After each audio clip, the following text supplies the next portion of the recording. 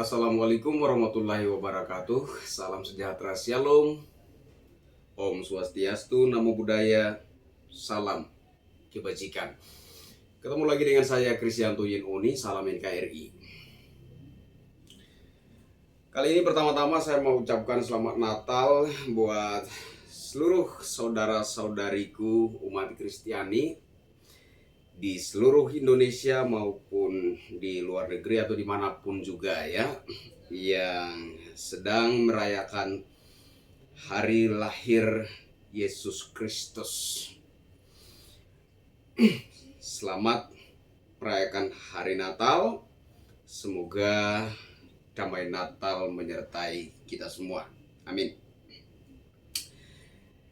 Yang berikut saya secara pribadi ingin mengucapkan turut berbelasungkawa terhadap seluruh saudara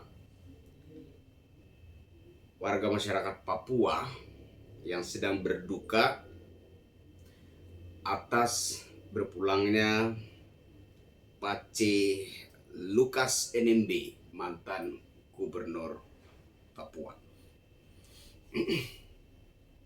Dari dasar hati yang paling dalam, saya ucapkan turut berbelasungkawa. Semoga Tuhan Yang Maha Kuasa hadir dengan kasih sayangnya untuk menghibur Pace-Mace dan saudara semua di Papua yang sedang berduka.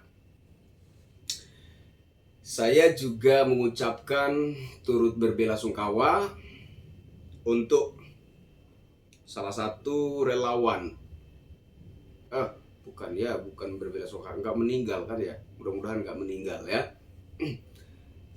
Turut prihatin, mohon maaf. Salah satu relawan Bapak Prabowo di Madura yang konon ditembak oleh orang tak dikenal. Ya, saya turut prihatin. Semoga segera ditindaklanjuti oleh aparat penegak hukum, pelakunya segera diringkus, dan korban maupun keluarganya semoga segera mendapat keadilan. Saya pikir seperti itu. Kali ini ada yang menarik. Ada sebuah julukan yang diberikan terhadap Mas Gibran Rakabuming Raka oleh media asing ya. Saya baca dari media tribunkaltim.co. Saya baca dari tribunkaltim.co. Apa itu Nepo Baby?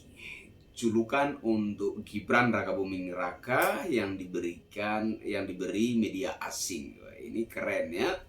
Jadi tidak hanya sorotan, tidak hanya apresiasi, tetapi juga ada ada sebuah julukan spesial yang diberikan kepada Mas Gibran Rakabuming Raka oleh salah satu media asing. Ini menarik, saya ingin bacakan. Sumber tribunkaltim.co. Inilah maksud atau arti Nepo Baby, julukan yang diberikan untuk Gibran Rakabuming Raka oleh media asing. Performa Gibran Rakabuming Raka di debat Cawapres 2024 perdana kemarin menarik perhatian tak terkecuali media asing.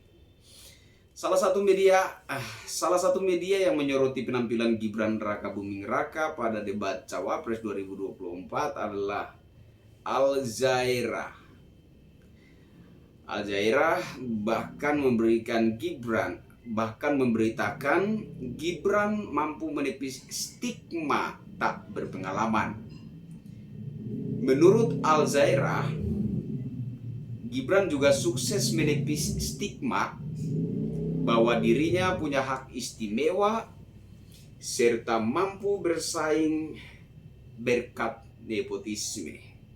Dari kemarin ada banyak yang menggoreng isu bahwa Mas Gibran ini bisa berada di bursa Cawapres itu berkat nepotisme bapaknya, berkat nepotisme Presiden Jokowi, kira-kira seperti itu. Tapi dengan penampilannya Mas Gibran Raka Buming Raka yang terlihat begitu menguasai panggung dan begitu elegan di panggung debat Cawapres 2024 kemarin, itu secara otomatis mematahkan stigma bahwa dirinya bisa bersaing berkat nepotisme. Begitu. Al Jazeera mengatakan bahwa Gibran merupakan cawapres paling kontroversial dalam sejarah Indonesia. Namun dalam debat cawapres, semua mata tertuju pada Gibran. Meski menghadapi tuduhan tidak berpengalaman dan nepotisme, Gibran dinilai mendominasi panggung. Sepakat. Gibran mampu bersaing dengan kandidat yang jauh lebih berpengalaman darinya. Seperti diketahui, sejak diumumkan sebagai cawapres, Gibran dihadapkan dengan berbagai kontroversi, termasuk salah satunya Nepo Baby. Gibran juga dikaitkan dengan isu politik dinasti di Indonesia. Dengan pengalaman politik yang terbilang masih muda, Gibran dituduh mencoba memanfaatkan popularitas ayahnya, Joko Widodo. Putusan Mahkamah Konstitusi yang meloloskan Gibran sebagai cawapres dipandang kontroversial karena Ketua Mahkamah Konstitusi saat itu adalah Anwar Usman, adik ipar Jokowi. Dengan berbagai kontroversi tersebut, penampilan Gibran dalam debat cawapres sangat dinantikan publik. Menurut media Al Jazeera, dalam debat cawapres, Gibran mampu menepis stigma nepotisme yang melekat dalam diri putra sulung Jokowi itu. Arti kata Nepo Baby. Apa sebenarnya istilah Nepo Baby yang diberikan untuk Gibran tersebut? Banyak orang mungkin belum memahami artinya, namun istilah terbaru ini bukanlah pujian melainkan sindiran. Wow. Banyak orang mungkin belum memahami artinya, namun istilah terbaru ini bukanlah pujian melainkan sindiran. Sindiran apa yo? Dikutip dari Tribun Jatim, kata Nepo Baby menggambarkan bagaimana seseorang bisa mencapai kesuksesan dan kepopulerannya, khususnya di Hollywood, karena privilege keluarga. Nepo Baby adalah singkatan dari nepotis baby, yang jika diartikan bermakna bayi nepotisme. Nepotisme adalah praktik mengunggulkan seseorang, khususnya dalam hal pekerjaan, karena identitasnya dan bukan semata-mata kemampuannya saja. Sindirannya ngeri-ngeri sedap ya, sindirannya ini ya. Bukan berarti Nepo Baby tidak berbakat, namun perjalanan karir mereka jauh lebih mudah karena mendapatkan dukungan khusus berkat privilege orang tuanya.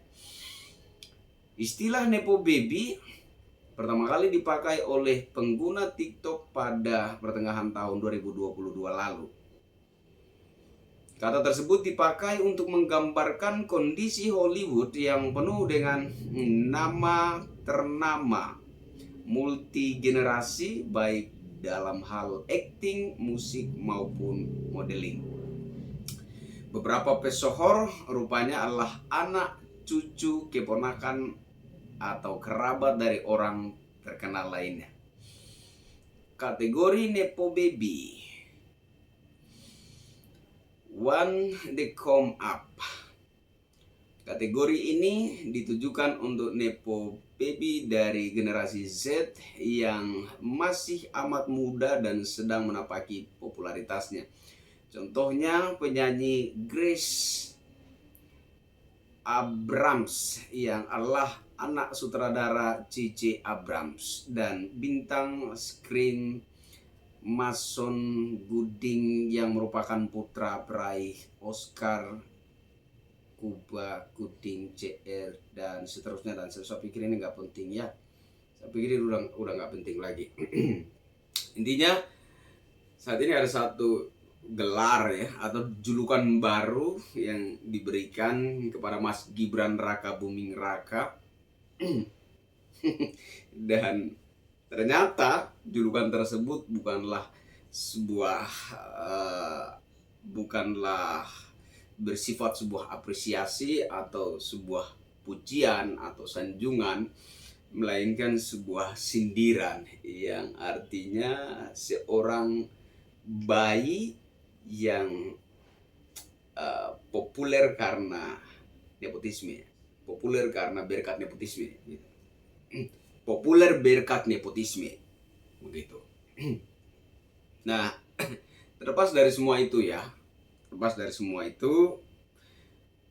saya pikir kita harus mengakui secara jujur bahwa memang di debat Cawapres 2024 kemarin, Mas Gibran sangat mendominasi panggung debat.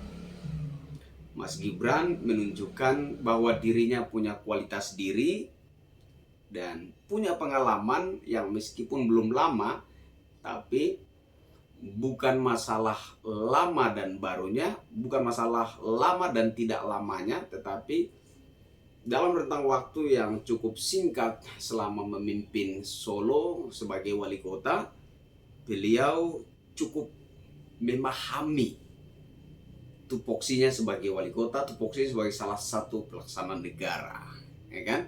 Meskipun di level yang rendah, tapi beliau cukup memahami seperti apa kinerja pemerintah dalam memperhatikan wilayah yang dipimpinnya dan masyarakat yang dilayaninya, ya kan? Menurut saya sih seperti itu. Dan Mas Gibran Raka Buming Raka sudah mematahkan segala cercaan hujatan dari beberapa orang, beberapa pihak, beberapa pegiat sosial media, seperti salah satunya juga ada Rudy Kamri yang mengatakan bahwa Gibran itu bocil, ya kan? Saya pikir penampilan Mas Gibran Raka Buming Raka di debat Cawapres 2024 sudah cukup menjadi alasan untuk mematahkan semua tudingan itu, ya kan? Dan kemudian terkait isu-isu seperti isu mic, ya kan, 3 mic, kemudian earphone, ya kan? Saya pikir itu juga sudah terpatahkan dengan tanggapan yang datang dari Pak Ganjar Pranowo, ya enggak? Jadi seperti yang saya katakan di video sebelumnya bahwa terlepas apapun motifnya Pak Ganjar, intinya ya, di satu sisi kita harus bersyukur juga bahwa Pak Ganjar bisa atau berani memandang secara objektif, ya kan? Ya, saya berharap sih Pak Ganjar itu adalah pandangan Pak Ganjar secara objektif dan bukan sekedar caper, ya kan, atau cari perhatian. Mengingat bahwa sudah ramai beberapa pihak sudah berani memberikan tanggapan secara jujur bahwa memang Mas Gibran yang unggul di debat Cawapres 2024 itu, sehingga saya pikir Pak Ganjar nggak mau ketinggalan dong, ya kan? Kalau orang-orang ternama, ya kan, orang-orang intelek sudah berani menunjukkan respon positif dan berani mengakui dengan jujur bahwa panggung debat Cawapres 2024 itu didominasi oleh Mas Gibran. Mas Gibran Raka Buming Raka adalah bintang, adalah bintangnya di panggung debat Cawapres 2024. Lalu kemudian misalkan Pak Ganjar membangun satu narasi opini yang berbeda, saya pikir itu juga bisa memantik hujatan dari rakyat, terkhususnya kaum milenial terhadap dirinya. Saya pikir itulah yang menjadi pertimbangannya sehingga beliau membuat pernyataan semacam klarifikasi, ya kan, bahwa betul bukan hanya debat cawapres, debat capres juga kita diberikan 3 mic, dan itu oleh para penyelenggara debat cawapres. Debat capres juga seperti itu. Kira-kira seperti itu pernyataan tanggapan dari Pak Ganjar Pranowo. Tapi saya loh heran ya, heran sekali begini. Semestinya isu yang dihembuskan oleh Pak Roy Suryo ini dijawab oleh Pak Mahfud MD dan Gus Muhaimin. Semestinya seperti itu, ya kan? Biar afdol, biar fair. Kan sama-sama ada di satu panggung nih, panggung debat yang sama nih. Nah, kemudian ada yang menghembuskan isu bahwa salah satu di antara kandidat cawapres itu seperti mendapat keistimewaan tertentu di panggung debat. Ya, kalau misalkan hanya seorang Mas Gibran Rakabuming Raka saja yang diberikan 3 mic, ini juga kemudian bisa mengesankan satu keistimewaan yang diberikan khusus untuk Mas Gibran Rakabuming Raka, ya kan? Nah, sehingga menurut saya sebagai partner di satu panggung debat, misalkan saya satu panggung debat sama Mas Gibran nih, ya kan? Sebagai partner di panggung debat itu, saya mesti menanggapi secara jujur apabila ada pihak tertentu yang coba menghembuskan sebuah isu yang ternyata tidak seperti itu adanya yang terjadi di panggung debat. Jadi mestinya menurut saya Pak Mahfud MD dan Gus Muhaimin secara legowo menanggapi isu yang dihembuskan Pak Roy Suryo, bahwa isu tersebut tidak benar, bahwa kami semuanya diberikan 3 mic.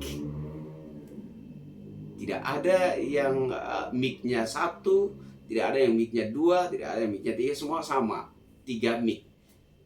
Meskipun kami tidak mengerti apa maksud dan tujuannya, yang pasti bahwa di panggung debat Cawapres 2024 itu kami semuanya diberikan 3 mic sama.